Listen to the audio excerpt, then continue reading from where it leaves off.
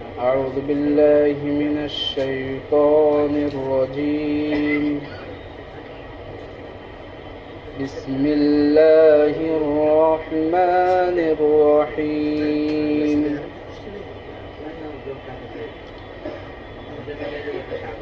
ولو دخلت عليهم من أقطارها ثم سئلوا الفتنة لآتوها وما تلبثوا بها إلا يسيرا. ولقد كانوا عاهدوا الله من قبل لا يولون الأدبار وكان عهد الله مسؤولا. قل لن ينفعكم الفرار إن فررتم من الموت أو القتل وإذا لا تمتعون إلا قليلا. قل من ذا الذي يعصمكم من الله إن أراد بكم سوءا أو أراد بكم رحمة ولا يجدون لهم من دون الله وليا ولا نصيرا. قد يعلم الله المعوقين منكم والقائلين لإخوانهم هلم إلينا ولا يأتون البأس إلا قليلا.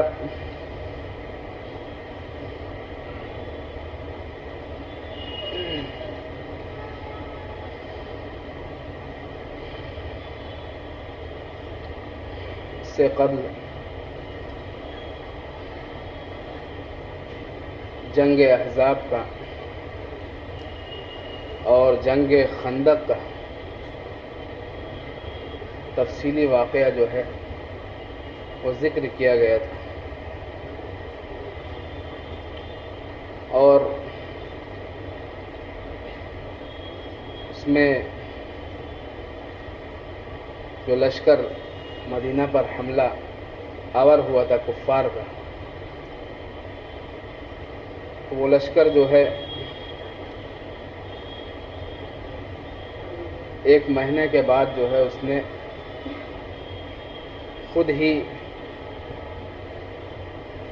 بھاگنے پر جو ہے وہ مجبور ہو گیا، اور اس طرح سے اللہ نے مسلمانوں کو فتح اور عزت عطا فرمائی۔ اب کیونکہ قرآن پاک میں بھی یہ جو جنگ احزاب کا واقعہ ہے اس کو تفصیلاً اللہ تبارک و تعالی نے بیان کیا ہے، دو رکوع میں تقریباً اس واقعے کو اللہ تعالیٰ نے بیان کیا، اور ابھی اس کا جو ہے ترجمہ باقی ہے۔ اور اس کے بعد جنگ احزاب کے بعد آخر میں یہودیوں میں سے جو بنو قریظہ جنہوں نے عہد شکنی کی تھی مسلمانوں کے ساتھ اور کفار کے ساتھ مل گئے تھے، ان کا بھی واقعہ جو ہے آخر میں آئے گا۔ تو ابھی ترجمہ جو ہے وہ سن لیجیے۔ وَلَوْ دُخِلَتْ عَلَيْهِمْ مِنْ أَقْطَارِهَا ثُمَّ سُئِلُوا الْفِتْنَةَ لَآتَوْهَا وَمَا تَلَبَّثُوا بِهَا إِلَّا يَسِيرًا۔ کیونکہ یہ غزوہ جو ہے بہت ہی سخت تھا مسلمانوں کا۔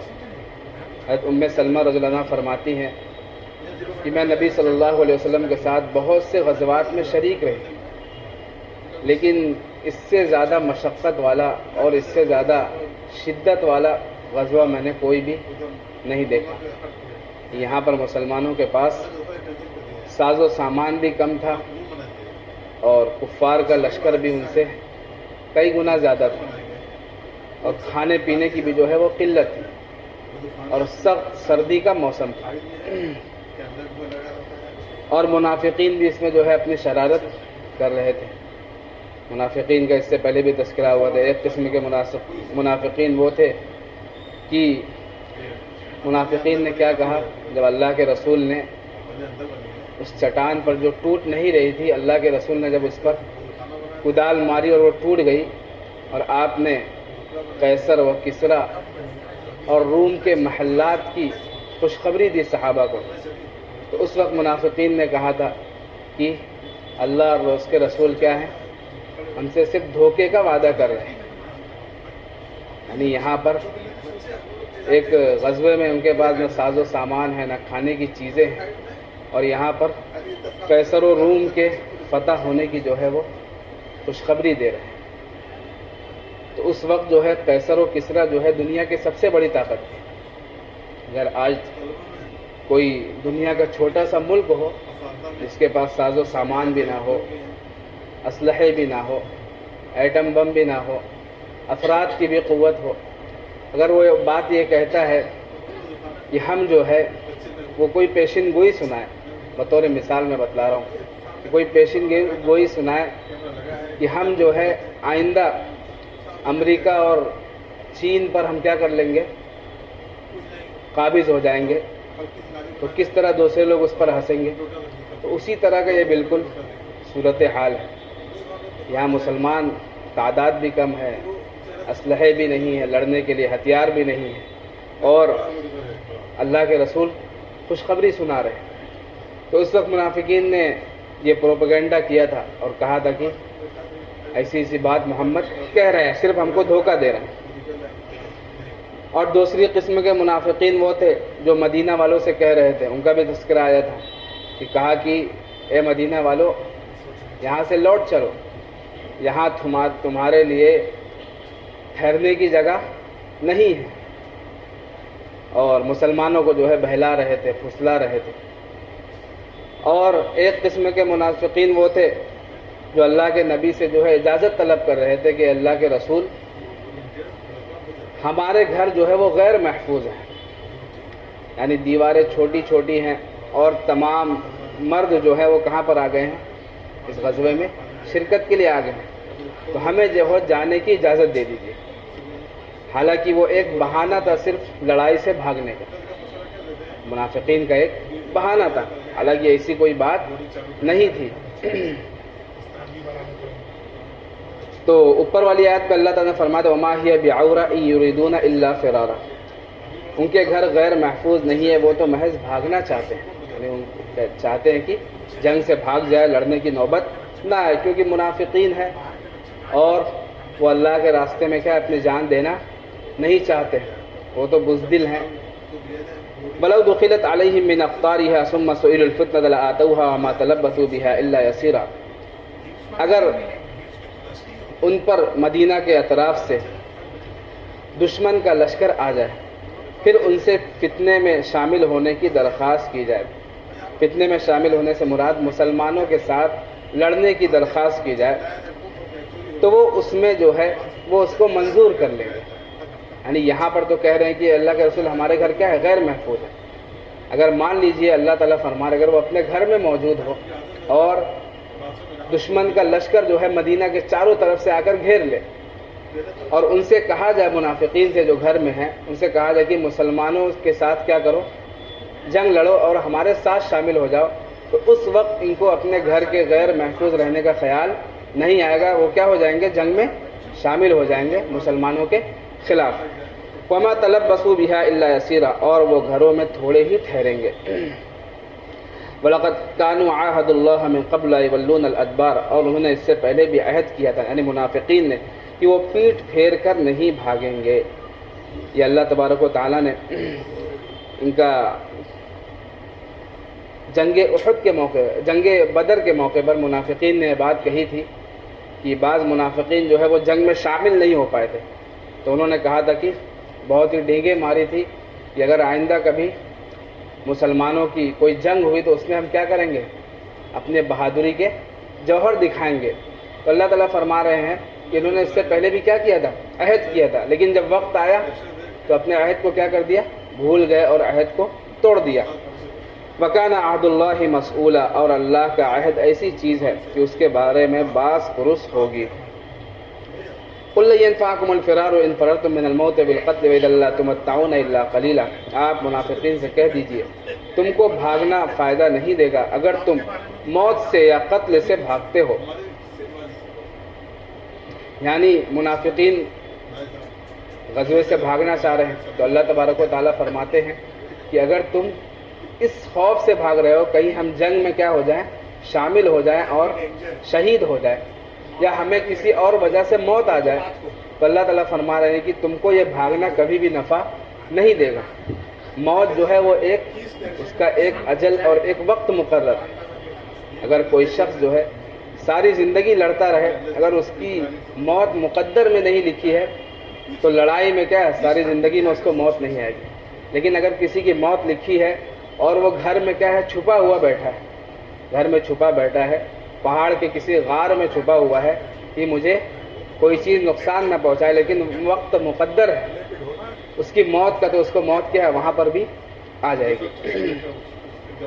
تو اللہ تعالیٰ فرماتے ہیں کہ تم کو بھاگنا فائدہ نہیں دے گا، تم بھاگ رہے ہو اپنے گھر، حالانکہ وقت مقدر ہے تو تمہاری موت آنی ہی ہے، اور اس وقت تمہیں زندگی سے فائدہ اٹھانے کا موقع نہیں ملے گا مگر تھوڑا سا۔ یعنی اگر مان لیجئے کہ تم کو زندگی تھوڑی سی مل بھی جاتی ہے تو اس میں کیا ہے، تم تھوڑا سا نفع اٹھا لو گے، اس کے بعد کیا ہے، ایک نہ ایک دن مرنا ہی ہے۔ قل من ذا الذی یعصمکم من اللہ ان اراد بکم سوءا او اراد بکم رحمہ، آپ کہہ دیجئے کون ہے وہ ذات جو تم کو اللہ سے بچا سکتی ہے اگر وہ تمہارے ساتھ برائی کا ارادہ کرے یا تمہارے ساتھ رحمت کا ارادہ کرے، تو کون ہے وہ ذات جو اس کی رحمت کو روک سکتی ہے۔ یعنی اللہ برا چاہے تو اس کی برائی کو کوئی روک نہیں سکتا، اللہ اگر کسی کے ساتھ بھلا چاہے تو اس کی بھلائی کو بھی کوئی روک نہیں سکتا، یہ اللہ کا فیصلہ ہے۔ تو اگر اللہ نے تمہارے لیے مقدر میں موت لکھ دی ہے تو تم کتنا بھی بچنا چاہ لو، گھر میں چلے جاؤ، کہیں بھی چلے جاؤ، تم بچ نہیں سکتے۔ وَلَا يَجِدُونَ لَهُم مِّن دُونِ اللَّهِ وَلِيًّا وَلَا نَصِيرًا، اور وہ اپنے لیے اللہ کے علاوہ نہ کوئی کارساز پائیں گے اور نہ کوئی مددگار۔ قَدْ يَعْلَمُ اللَّهُ الْمُعَوِّقِينَ مِنكُمْ وَالْقَائِلِينَ لِإِخْوَانِهِمْ هَلُمَّ إِلَيْنَا وَلَا يَأْتُونَ الْبَأْسَ إِلَّا قَلِيلًا، تحقیق کہ اللہ تم میں سے رکاوٹ ڈالنے والوں کو جانتا ہے اور اپنے بھائیوں سے کہنے والوں کو جانتا ہے کہ ہمارے پاس آ جاؤ۔ یعنی جو جنگ میں رکاوٹ ڈال رہے تھے، مسلمانوں کو روک رہے تھے، اللہ ان کو بھی جانتا ہے، اور جو اپنے بھائیوں سے کہہ رہے تھے کہ ہمارے پاس کیا ہو جاؤ آ جاؤ، ایک اصل میں ایک منافق تھا اور وہ اپنے گھر میں جو ہے بیٹھ کر کھا رہا تھا، بوٹی اور گوشت کھا رہا تھا، تو اس کا جو بھائی تھا وہ مخلص مسلمان تھا۔ اب اس کا بھائی اس نے کہا کہ تم یہاں بیٹھے ہو، مزے اڑا رہے ہو، اور اللہ کے رسول کیا ہے، اللہ کے رسول جو ہے وہاں تکلیف میں ہے، صحابہ تکلیف میں ہے، تو اس نے کہا کہ آؤ تم بھی میرے ساتھ کیا ہو جاؤ، اور تم بھی میرے ساتھ کھانے میں شامل ہو جاؤ۔ تو اسی کی واقعے کی طرف یہ اللہ تبارک و تعالیٰ نے اشارہ کیا، اور اپنے بھائیوں سے کہنے والوں کو بھی جانتا ہے کہ ہمارے پاس آ جاؤ۔ وَلَا يَأْتُونَ الْبَأْسَ إِلَّا قَلِيلًا، اور وہ جنگ میں تھوڑا ہی شامل ہوتے ہیں۔ یعنی اگر وہ جنگ لڑتے بھی ہیں تو کیا کرتے ہیں، اس میں بھی اپنے آپ کو بچانے کی کوشش کرتے ہیں کہ کسی کافر کے کیا نرغے میں نہ آ جائے، اور لڑتے بھی ہیں، تھوڑا سے لڑتے ہیں، سستی کے ساتھ لڑتے ہیں۔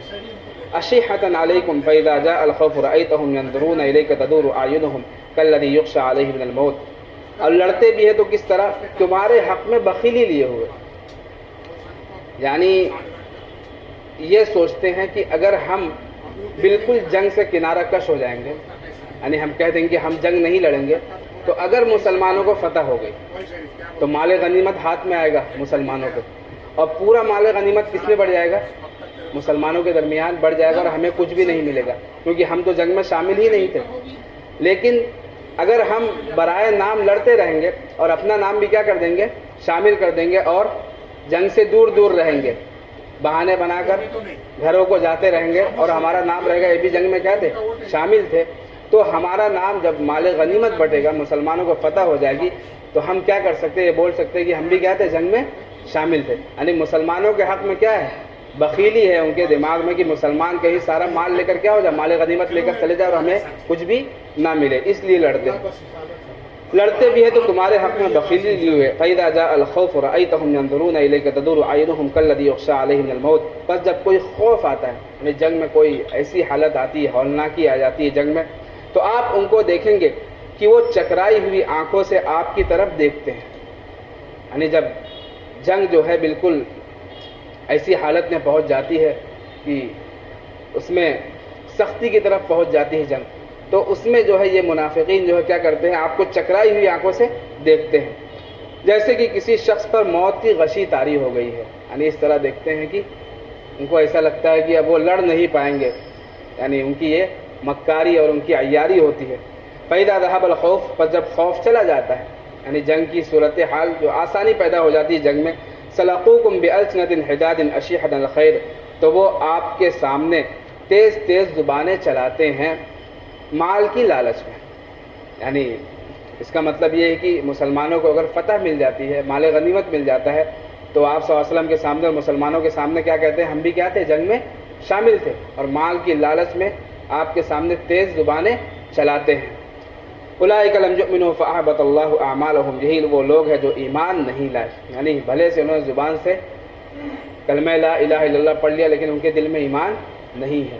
تو ان کا انجام کیا, فاحبط اللہ اعمالهم, چنانچہ اللہ نے ان کے اعمال کو جو ہے وہ برباد کر دیا.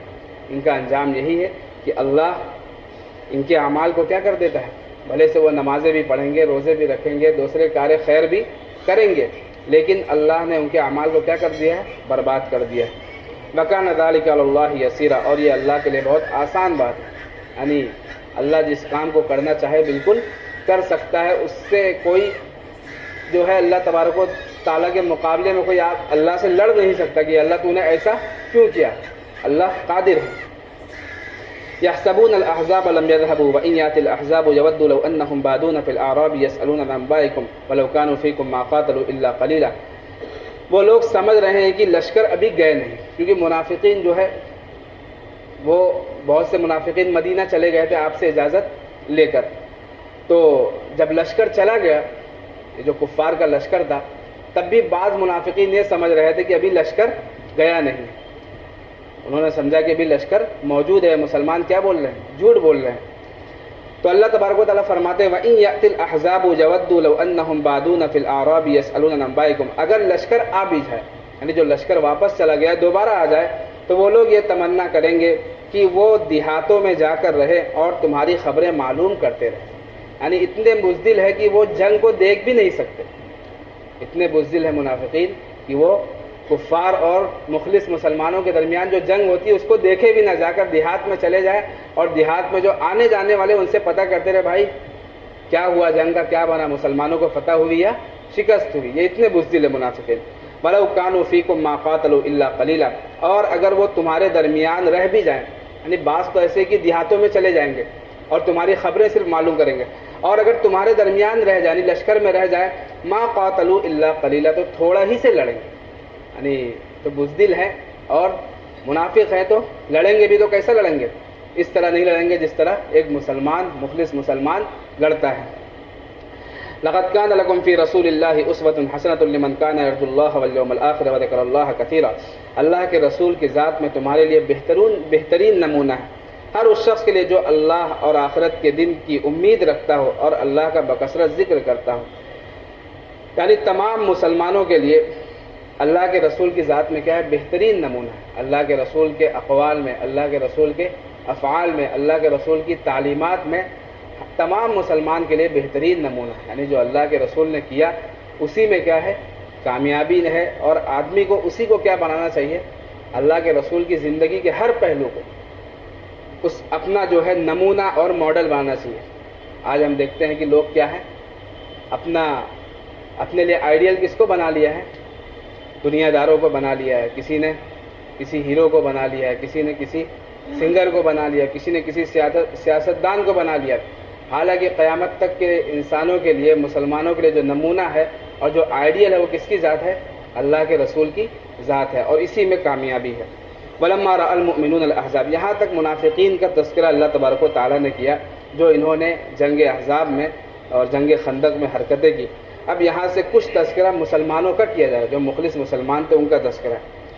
وَلَمَّا رَأَى الْمُؤْمِنُونَ الْأَحْزَابَ قَالُوا هَذَا مَا وَعَدَنَا اللَّهُ وَرَسُولُهُ وَصَدَقَ اللَّهُ وَرَسُولُهُ وَمَا زَادَهُمْ إِلَّا إِيمَانًا وَتَسْلِيمًا, اور جب مومنین نے لشکر دیکھا تو کہا کہ یہ وہی لشکر ہے جس کا ہم سے اللہ اور اس کے رسول نے وعدہ کیا تھا، اور اللہ اور اس کے رسول نے سچ کہا، اور اس لشکر نے ان کے ایمان میں اور ان کی اطاعت میں اور زیادہ اضافہ کر دیا۔ یعنی مومنین کی حالت دوسری طرف کیا تھی؟ منافقین تو ایسے ایسے حرکتیں کر رہے تھے، اور مومنین کی کیا حالت تھی؟ جب لشکر احزاب کو دیکھا تو اپنی کمزوری کے باوجود، اپنی قلت اور کمی کے باوجود مسلمانوں نے کیا کہا کہ یہ وہی لشکر ہے جس کا وعدہ کس نے کیا تھا؟ اللہ اور اس کے رسول نے ہم سے کیا تھا۔ یہ اصل میں اللہ کے رسول نے پیشین گوئی کی تھی مسلمانوں کو پہلے ہی کہ ایک بہت بڑا لشکر کافروں کا کیا ہونے والا ہے، مدینہ پر حملہ آور ہونے والا ہے۔ تو اسی پیشین گوئی جو اللہ کے رسول نے کی تھی، تو مومنین نے جب لشکر دیکھا تو یہ بات کہی کہ اللہ اور اس کے رسول نے کیا کہا تھا؟ سچ کہا تھا، یہ لشکر آ گیا ہے۔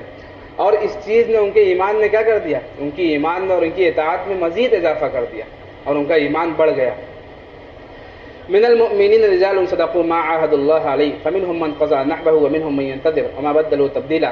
اور مومنین میں سے بعض لوگ وہ تھے جنہوں نے اللہ سے کیے ہوئے عہد کو سچا کر دکھلایا، اور بعض وہ تھے جنہوں نے اپنی نظر پوری کر دی، اور بعض وہ ہیں جو اپنی نظر کے پورے کرنے کے منتظر ہیں، اور انہوں نے اپنے ارادے میں اور اپنے عہد میں کوئی تبدیلی نہیں کی۔ یہ بعض مسلمانوں نے جنگ بدر کے موقع پر، جیسے حضرت انس بن نضر ایک صحابی ہیں، وہ جنگ بدر کے موقع پر انہوں نے کہا تھا کہ اب اگر مسلمانوں کی جنگ ہوئی تو اس میں جو ہے میں جام شہادت کیا کروں گا؟ پی لوں گا اور کافروں سے لڑوں گا۔ تو جنگ احد کے موقع پر وہ کیا ہو گئے؟ کفار کے لشکر میں گھس گئے اور کہا کہ مجھے جنت کی کیا آ رہی ہے؟ خوشبو آ رہی ہے فلاں پہاڑ سے۔ تو وہ کفار کے لشکر میں گھس گئے اور کیا ہو گئے؟ شہید ہو گئے۔ تو انہی کی طرف اشارہ ہے کہ جنہوں نے اپنی نظر کیا کر لی؟ پوری کر لی۔ اور بعض صحابہ ایسے تھے جو اس کے منتظر ہیں، جو اس کے مشتاق ہے کہ وہ اللہ کے راستے میں کیا ہو جائے؟ جام شہادت پی لے، اللہ کے راستے میں شہید ہو جائے، اور ان کے ارادے میں کوئی بھی تبدیلی نہیں ہے۔ وہ یہی چاہتے، بھلے سے ابھی شہید نہیں ہوئے، زندہ ہے، لیکن ان کے ارادے میں کوئی بھی تبدیلی واقع نہیں ہوئی ہے۔ لیجزی اللہ الصادقین بصدقہم ویعذب المنافقین ان شاء ویتوب علیہم ان اللہ کان غفورا رحیما۔ نتیجہ یہ کہ اللہ سچوں کو ان کی سچائی کا بدلہ دے گا، اس سے مراد مومنین ہے، اور منافقین کو عذاب دے گا اگر چاہے گا، او یتوب علیہم، یا ان کی توبہ قبول کر لے گا۔ یعنی اگر منافقین نے توبہ کر لی اللہ تبارک و تعالیٰ کے سامنے، سچی پکی توبہ، تو اللہ کیا کر لے گا؟ اللہ تو غفور الرحیم ہے، اور توبہ کا دروازہ کیا ہے؟ موت سے پہلے کھلا ہوا ہے۔ تو منافقین نے بھلے سے بہت سی عہد شکنی کی، مسلمانوں کو تکلیف پہنچائی، لیکن اللہ تبارک و تعالیٰ کے سامنے اگر سچی پکی توبہ کرتے تو اللہ ان کی توبہ کو کیا کر لے گا؟ قبول کر لے گا۔ وَإِنَّ اللَّهَ كَانَ غَفُورًا رَحِيمًا، بے شک اللہ غفور الرحیم ہے۔ وَرَدَّ اللَّهُ الَّذِينَ كَفَرُوا بِغَيْظِهِمْ لَمْ يَنَالُوا خَيْرًا وَكَفَى اللَّهُ الْمُؤْمِنِينَ الْقِتَالَ وَكَانَ اللَّهُ قَوِيًّا عَزِيزًا، اور اللہ نے کافروں کو ان کو غصے میں بھرا ہوا لوٹا دیا۔ یعنی جو کافر آئے تھے اور اتنی پلاننگ اور منصوبہ بنا کر آئے تھے، تمام عرب کے قبائل کو جمع کیا تھا، اتنا بڑا لشکر لے کر آئے تھے، لیکن مسلمانوں کے سامنے اللہ نے ان کو کیا کر دیا؟ اللہ نے ان کو شکست ہوئی، اور غصے میں بھرے ہوئے وہ کیا ہو گئے؟ لوٹ گئے۔ اسی کی طرف اشارہ ہے۔ لم ینالوا خیرا، انہیں کوئی بھی کامیابی نہ ملی، کوئی بھی خیر وہ حاصل نہ کر سکے۔ وَكَفَى اللَّهُ الْمُؤْمِنِينَ الْقِتَالَ، اور اللہ مومنوں کے لیے کافی ہے لڑنے کے لیے۔ مومنوں کی طرف سے اللہ کیا ہے؟ لڑنے کے لیے کافی ہے۔ اگر مومن جو ہے اللہ پر بھروسہ رکھے تو اللہ تبارک و تعالیٰ اس کی نصرت و مدد کرتے ہیں، اور اللہ کا یہ وعدہ کب تک ہے؟ قیامت تک کے لیے اللہ کا وعدہ ہے، لیکن شرط ہے کہ اللہ پر کیا ہونا چاہیے؟ اللہ پر توکل ہونا چاہیے۔ وَكَانَ اللَّهُ قَوِيًّا عَزِيزًا، اور اللہ طاقتور ہے، غالب ہے۔ اب یہ مومنین کا تذکرہ تھا، اب یہ 2 آیت بچی ہوئی ہے، اور واقع احزاب جب بیان کیا گیا تھا اس میں یہ بتلایا گیا تھا کہ ایک یہودیوں کا قبیلہ تھا بنو قریظہ، اور اس نے جو ہے وہ مدینہ میں موجود تھا، اور اس نے رسول اللہ صلی اللہ علیہ وسلم اور مسلمانوں کے ساتھ جو ہے عہد شکنی کر دی تھی۔ اور اس کا واقعہ یوں ہوا کہ بنو نذیر کا سردار تھا حیی بن اخطب، اور بنو قریظہ کا سردار تھا کعب بن اسد۔ تو حیی بن اخطب جو ہے کعب بن اسد کے پاس گیا اور اس نے کہا کہ جب کعب بن اسد نے اس کو آتا ہوا دیکھا کہ حیی بن اخطب آ رہا تھا، وہ سمجھ گیا کہ کیونکہ سازش میں یہی لوگ ملے ہوئے تھے، تو اس نے جو اپنے قلعے کا دروازہ بند کر دیا۔ تو حیی بن اخطب آیا قلعے کے دروازے کے پاس اور کہا کہ دروازہ کھولو، تم سے کوئی بات کرنی ہے۔ تو اس نے کہا کہ میں دروازہ نہیں کھولوں گا کیونکہ تم مجھے پتہ ہے کس مقصد سے آئے۔ لیکن اس نے جو ہے بہت ضد کی، اور کیونکہ دونوں یہود تھے، یہودی قبیلے تھے، اور ان کو عار دلائی کعب بن اسد کو، تو اس نے جو ہے دروازہ کھول دیا اور بات کرنے کے لیے تیار ہو گیا۔ تو جب بات کی تو حیی بن اخطب نے بہلا پھسلا کر ان کو کس کے ساتھ کر دیا؟ کفار کے ساتھ شامل کر دیا، کیونکہ بنو قریظہ کے ساتھ مسلمانوں کا عہد تھا اور حیی بن اخطب بنو قریظہ کا سردار تھا۔ لیکن کعب بن اسد یہ بنو قریظہ کا سردار تھا، حیی بن اخطب بنو نذیر کا تھا، تو اس نے جو ہے بہلا پھسلا کر اس کو جو ہے ساتھ میں شامل کر لیا۔ تو یہ واقعہ ہوا۔ تو یہاں پر مسلمان جو ہے مدینہ لوٹے، جب لشکر احزاب چلا گیا تو مسلمان جو ہے مدینہ لوٹے۔ جب مسلمان مدینہ لوٹے ہیں اور ابھی ہتھیار اتار ہی رہے تھے کہ حضرت جبرائیل السلام تشریف لے کر آئے اور اللہ کے رسول صلی اللہ علیہ وسلم کو فرمایا کہ آپ جو ہے اپنا ہتھیار اتار رہے ہیں، اور ابھی ہم نے کیا اپنا ہتھیار نہیں اتارا، ہم تو پہنے ہوئے ہیں۔ اور کہا کہ مسلمانوں کو حکم دیجئے کہ چلے کہاں پر؟ قریظہ، بنو قریظہ کے پاس چلے، جنہوں نے کیا کی ہے؟ عہد شکنی کی ہے۔ تو اللہ کے رسول نے اعلان فرما دیا اور منادی فرما دی کہ مدینہ میں اعلان کر دو مسلمانوں میں کہ کہاں چلنا ہے؟ بنو قریظہ چلنا ہے۔ تو وہاں پر مسلمان جو ہے پہنچے اور ان کے قلعے کا جو ہے محاصرہ کر لیا، اور کعب بن اسد جو بنو قریظہ کا سردار تھا اس نے جو ہے قلعہ جو ہے بند کر دیا،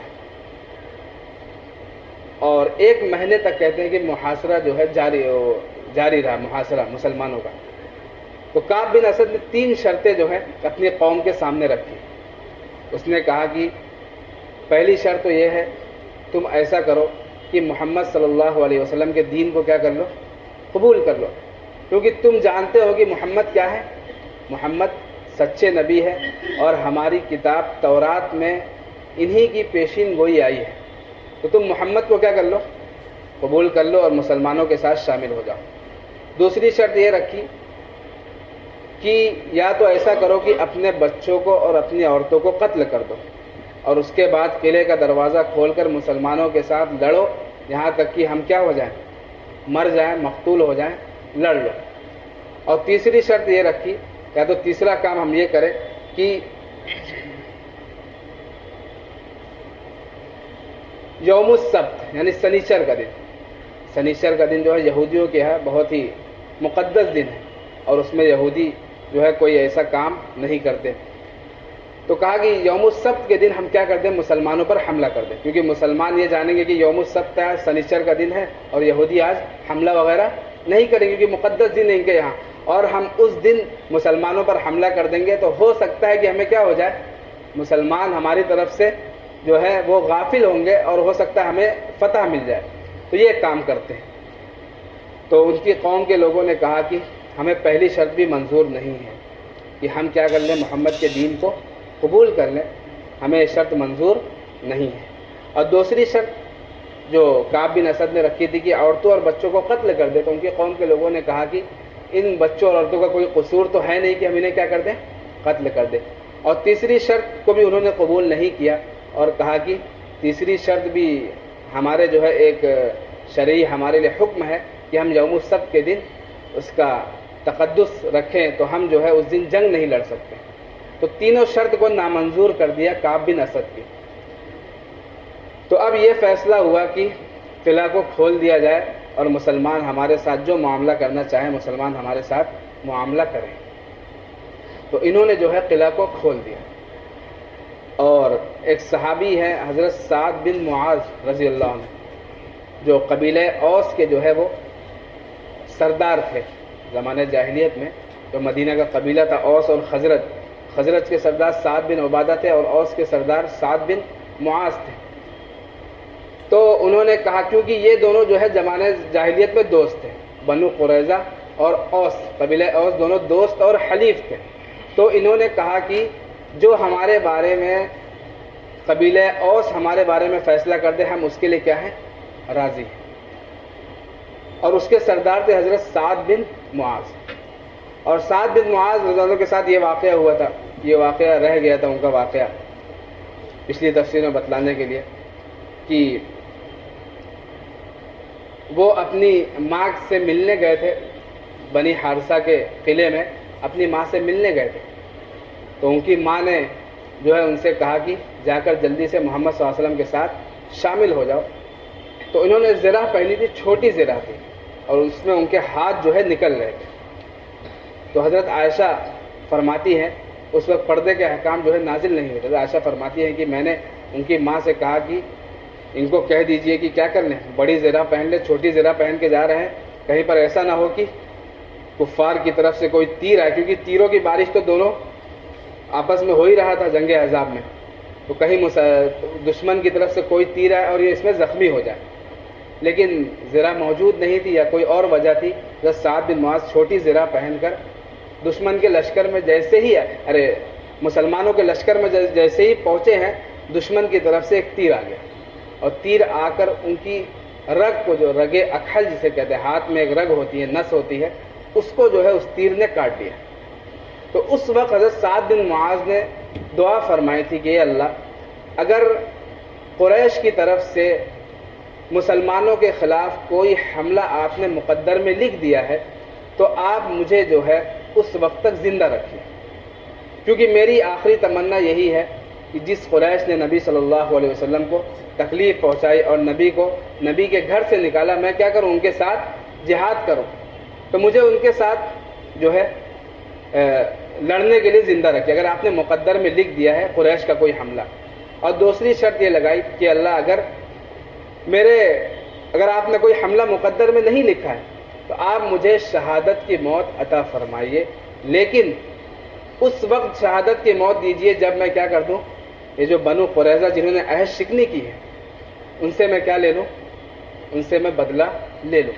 یہ انہوں نے دعا فرمائی تھی کس وقت، وہ جب جنگ احزاب چل رہی تھی اس وقت دعا فرمائی تھی، جب ان کے ہاتھ میں تیر لگا تھا۔ تو جب یہ بات ہو گئی کہ کعب بن اسد نے بنو قریظہ کا جو قلعہ تھا وہ کھول دیا، تو ان کا فیصلہ نبی صلی اللہ علیہ وسلم نے قبیلہ اوس کے لوگوں کے سپر کر دیا، اور یہ کہا کہ قبیلہ اوس کے جو سردار ہے حضرت سعد بن معاذ، یہ ان کے بارے میں جو فیصلہ کر دیں گے وہی فیصلہ جو ہے وہ صحیح ہوگا۔ تو حضرت سعد بن معاذ اس وقت زخمی حالت میں جو ہے مسجد کے احاطے میں اللہ کے رسول نے خیمہ بنوا دیا تھا، وہیں پر زخمی حالت میں موجود تھے، اور ان کے پاس یہ بات آئی کہ بنو قریظہ جنہوں نے عہد شکنی کی ہے مسلمانوں کے ساتھ، ان کے ساتھ کیا معاملہ کیا جائے۔ تو حضرت سعد بن معاذ نے کہا کہ ان کے ساتھ یہ معاملہ کیا جائے کہ ان کے جو جوان ہیں ان کو کیا کر دیا جائے، قتل کر دیا جائے، اور ان کے جو بچے اور عورتیں ہیں ان کو قید کر لیا جائے، یعنی غلام باندی بنا لی جائے، اور ان کے جو مال ہے اس پر مسلمان جو ہے وہ قبضہ کر لے۔ یہ حضرت سعد بن معاذ نے جو دعا کی تھی، اللہ نے وہ دعا کیا کر لی، وہ دعا قبول کر لی، اور اسی وقت کہتے ہیں کہ ان کی جو رگ ہے، جو خون رکا ہوا تھا، خون کیا ہو گیا، دوبارہ جاری ہوا، اور وہیں پر وہ کیا ہو گئے، جام شہادت نوش فرما لیا۔ تو یہ اللہ نے ایک دعا کی یہ قبول فرمائی، اور دوسری دعا بھی جو انہوں نے کی تھی کہ اگر کوئی حملہ جو ہے مقدر ہے قریش کا کہ وہ مسلمانوں پر کریں گے، تو ایسا ہی ہوا کہ اس کے بعد قریش نے مسلمانوں پر کوئی حملہ نہیں، یعنی کفار کی طرف سے مسلمانوں پر کوئی حملہ، بھلے سے جنگ ہوئی ہے لیکن ان کی طرف سے کوئی حملہ نہیں ہوا۔ تو یہ دونوں دعائیں اللہ نے ان کی قبول فرمائی، اور جو بنو قریظہ کے لوگ تھے ان کے حق میں یہی فیصلہ ہوا کہ ان کے مردوں کو جو ہے وہ قتل کر دیا جائے۔ چنانچہ روایات میں آتا ہے کہ 400 یا 600 جوان جو ہے وہ قتل کیے گئے، اور جو عورتیں اور بچے تھے ان کو غلام باندی بنا لیا گیا، اور ان کی زمینوں پر جو ہے مسلمانوں نے کیا کر لیا، قبضہ کر لیا۔ وَأَنزَلَ الَّذِينَ ظَاهَرُوهُم مِّنْ أَهْلِ الْكِتَابِ مِنْ صَيَاصِيهِمْ وَقَذَفَ فِي قُلُوبِهِمُ الرُّعْبَ فَرِيقًا تَقْتُلُونَ وَتَأْسِرُونَ فَرِيقًا، اور اہل کتاب میں سے جنہوں نے ان کی مدد کی تھی، یعنی جنہوں نے کافروں کی مدد کی تھی، مراد اس سے بنو قریظہ کے لوگ ہیں، ان کو اللہ نے ان کے قلعوں سے اتار لیا، یعنی وہ قلعوں کیا کیا، قلعے کا محاصرہ، جو قلعہ انہوں نے بند کیا تھا اللہ نے ان کو اتار دیا اور انہوں نے ہمت ہار لی، اور اللہ نے ان کے دلوں میں رعب ڈال دیا، یعنی مسلمانوں کا رعب اللہ ہی نے ڈالا، تبھی وہ کیا ہو گئے، جنگ لڑنے کے لیے تیار نہیں ہوئے، بلکہ مسلمانوں کے سپرد کر دیا اپنا فیصلہ، اور اللہ نے ان کے دلوں میں رعب ڈال دیا۔ فریقا تقتلون وتأسرون فریقا، ایک فریق کو تم قتل کر رہے تھے اور ایک فریق کو تم قیدی بنا رہے تھے۔ ایک فریق سے مراد مرد ہیں اور قیدی بنانے سے مراد کون ہیں، عورتیں اور بچے ہیں۔